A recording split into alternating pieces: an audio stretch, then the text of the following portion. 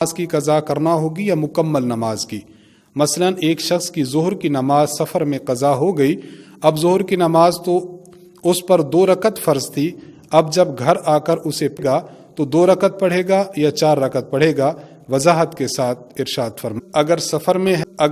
میں ہے اور سفر میں اس کی نماز فوت ہو چکی ہے تو اس کے ذمہ سفری نماز ہے۔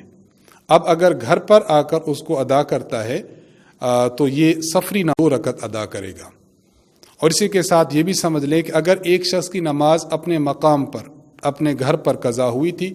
گھر پر قضا ہوئی تو اس کی ذمہ 4 رکعت ہے، اب یہ سفر پر گیا، سفر پر اس کو کچھ فرصت ملی تو اس نے جو گھر نماز قضا ہوئی تھی اس کی قضا کرنا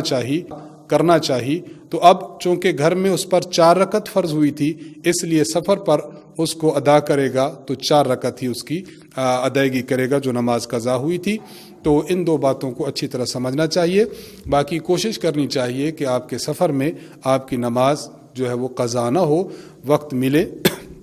موقع ملے تو انسان کو فوراً اپنی نماز پڑھ لینی چاہیے۔ اس لیے سفر کے دوران اہتمام کرنا چاہیے کہ انسان باوضو ہو، اس سے سفر بھی بابرکت رہتا ہے، اور اگر نماز کا وقت کہیں ملتا ہے تو انسان باوضو ہو کر